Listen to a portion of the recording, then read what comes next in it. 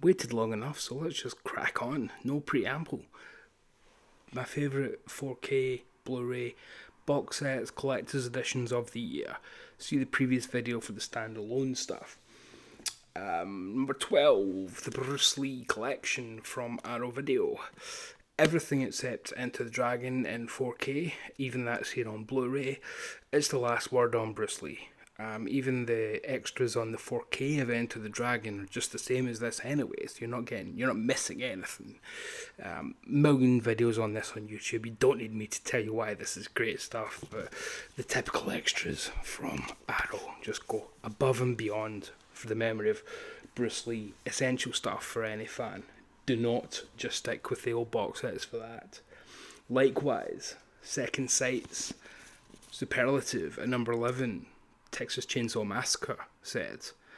A lot of these sets we'll be talking about have been done to death, so I don't need to, including on this channel, so I don't need to go into them too much. The last word on the Texas Chainsaw Massacre. Who put it out in America? MVD. Second Sight did it with a 200-page book. So yeah, that'll do. 3-disc sets, 1 4K and 2 Blu-rays, 200-page book, all sorts of cards and blah blah blah blah blah, including bonus cards if you pre-ordered. I think they're in there as well. Wonderfully authentic version of the Texas Chainsaw Massacre. Anybody complaining about film grain and whatnot doesn't understand how this film was supposed to look. So, a stunning edition of one of the best horrors of all time at number 11. At number 10 from Arrow again, the Lucas Moodysson collection. A very esoteric filmmaker, Swedish director and poet, and indeed you get a book of his poetry included in here, as well as another massive book on his career. But his films are very all over the place, from explorations of young women's hope becoming a punk rocker, to some very experimental filmmaking, to some extreme sexualized violence, to some very tender sexuality, to teen relationships, to regular jaunts to the countryside. It is all there. Human life in a nutshell, really, in Lucas Moodysson's career. Wonderful stuff. Highly recommended. Not for everyone, but hey, I guarantee everybody would like one thing in this. Just not many would like everything. That's what separates it. But great stuff. Lucas Moodysson collection. So that was 10. At number 9, from France this year, just released not that long ago, the Joanna Hogg box set, which is a career retrospective that goes right up to the just released Eternal Daughter, which isn't even released on Blu-ray in the UK yet. It's coming out from the BFI in a few weeks. It's got all her works, film works, up to date, including the great double bill of The Souvenir, which is her kind of semi-autobiographical journey through becoming a filmmaker and film school. It's got Unrelated, it's got Archipelago, I can never pronounce that, which is her kind of journey to Italy to find herself film. Great stuff, very humanistic, very real. You'll get to see a lot of Tom Hiddleston's best acting in some of these early films. And Eternal Daughter is a wonderful modern gothic. I guarantee you when that BFI disc lands in a few weeks, there'll be a lot of people talking about it, but it's already out and it's already on Blu-ray. And France have had it first. The Joanna Hogg box set. Very, very British, but with a very world cinema spin. She's very influenced by Ozu, you can tell, and Mizoguchi. She's very Japanese influenced. A wonderful filmmaker. Joanna Hogg, certainly a name to conjure with. At number 12 and 8. Not that the numbers matter, so that made this number 7. Dan's Macabre Volume 2 even outdoes Volume 1 for me. You get 3 films in a mini-series. The films include The Great Castle Blood with Barbara Steele. You get the They Have Changed Their Face with, what's his name? It's a kind of rewrite of the Dracula legend. I can't remember the kids. Excuse me, I can't remember all these bloody names. But one name I do remember is Rizal Neri. Appears in The Devil's Lover, which is in here. That's great on 4K. And then you get the miniseries 1969's Jekyll, which is a great Giallo-esque take on the Jekyll story. This is, again, not for everyone, but it's perfectly curated for the kind of people that like those kind of things. So yeah, if you like this kind of Italian Gothic stuff, very much recommended. And again, don't need to go into this, it's been done to death online. Freaks, which is actually called Todd Browning's Sideshow Shockers. Todd Browning's Sideshow. Todd Browning sells seashells by the seashore. Freaks is, of course, the big title here, hence the name at the top. But to be honest, it was the unknown that did it for me the most. I love Todd Browning's silent works, and that was a real revelation for me. I'm not a massive fan of his talkies apart from Freaks and the recently acquired Devil Doll, but yeah, this is a superlative set. To finally get Freaks on Bluray was a glaring omission which has now been resolved. At number 6, who cares? Indicators, wonderful, Mexico Macabre. Very different, so just because this is Mexico Macabre, don't confuse it with the Italian Danza Macabre. It's probably going to appeal to a very similar audience, but these are very different films. These are, yeah, there's some Bava influence on certainly one of the films, but you've got very esoteric takes on witchcraft, on old staples, but very unique takes from the Almeida vaults. We're getting I don't know if we're getting a volume 2, but Indicator have said this sold so well that we're going to be getting future Mexican releases at least. And there's Mexican tropes like the Vengeful Ghost, which we know from La Llorona and things that they also released. Wonderful stuff. My favourite here would probably be the Brainiac, which has got the most exploitation title, but it's a wonderfully deep film with a great part with a comet.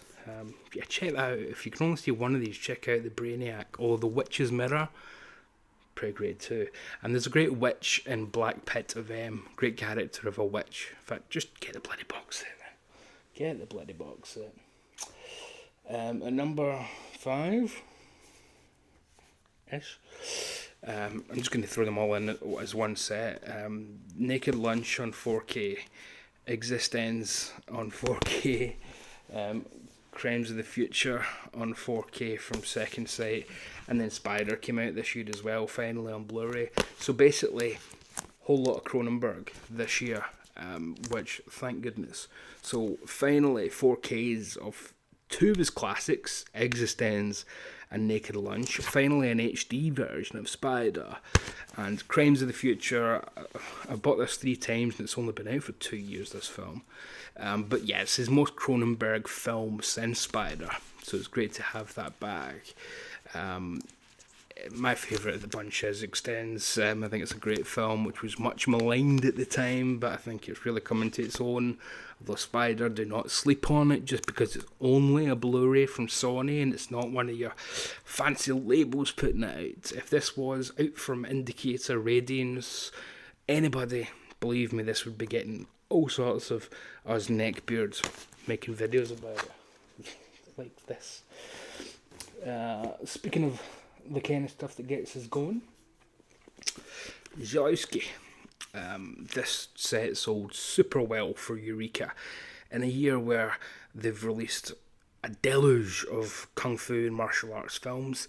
They snuck this one in as well, which, my goodness, he's most well known by genre fans for Possession, but these are powerful entirely in their own ways. The very real third part of the night about the war and his memories and his slightly more fantastical recollections of it, but not anywhere near as fantastical as his other films go. The Devil, great film in its own right, but to me it's all about, this set is all about On the Silver Globe, which is almost like a deconstruction of 2001, It's almost like an answer to 2001: A Space Odyssey, and the Jesus mythos, and a parody. It's almost in its own way a proto Life of Brian, and it's not a takedown of religion; it's a takedown of humanity's need to follow. And it's a wonderfully strange film, and the fact that it wasn't completed but it's been assembled by Zalewski himself, who narrates and then presents over missing scenes, gives it a really unique quality too, which actually, in a strange way, makes it just as interesting as though the full film probably existed.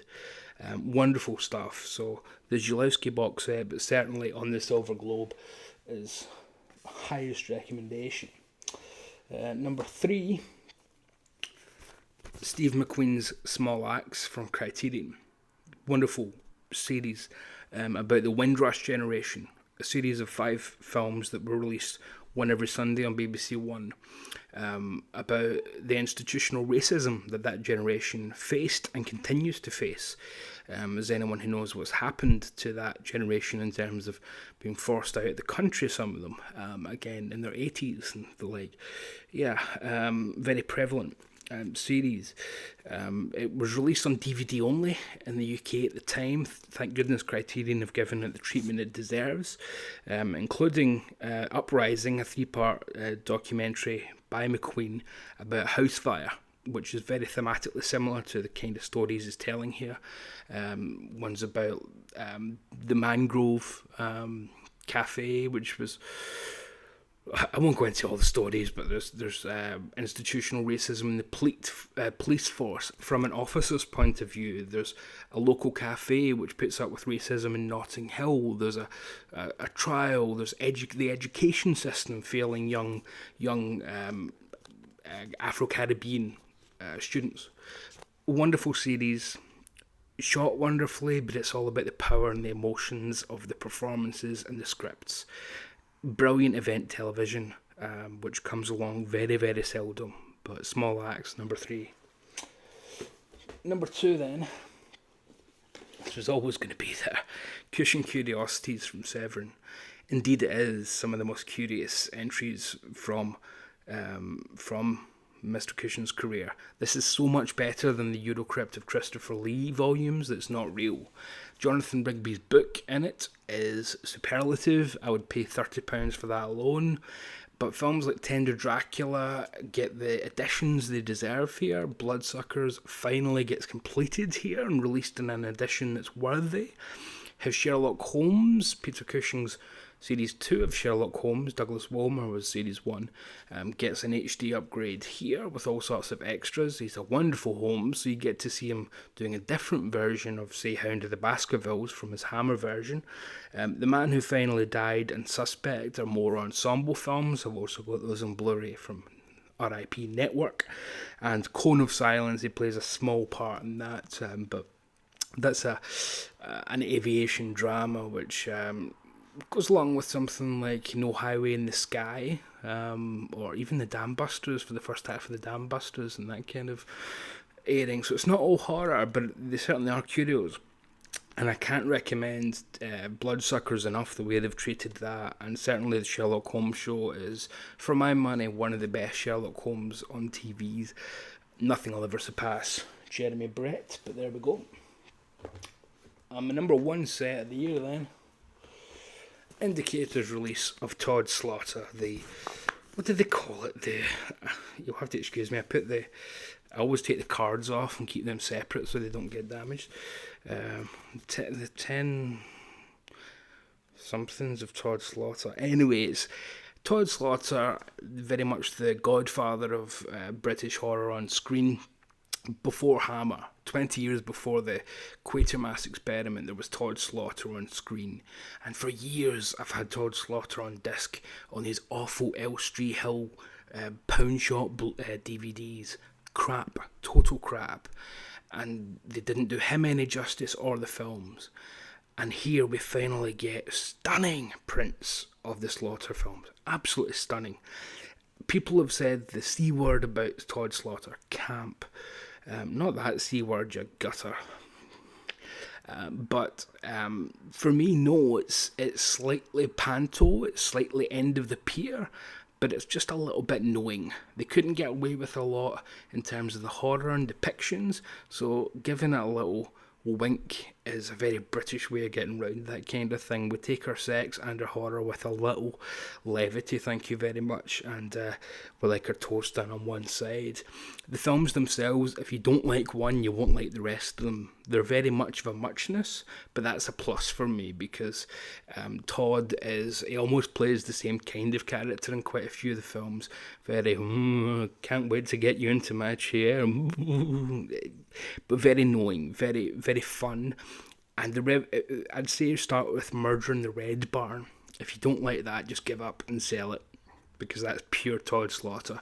His most famous is Sweeney Todd, Demon Barber, Fleet Street.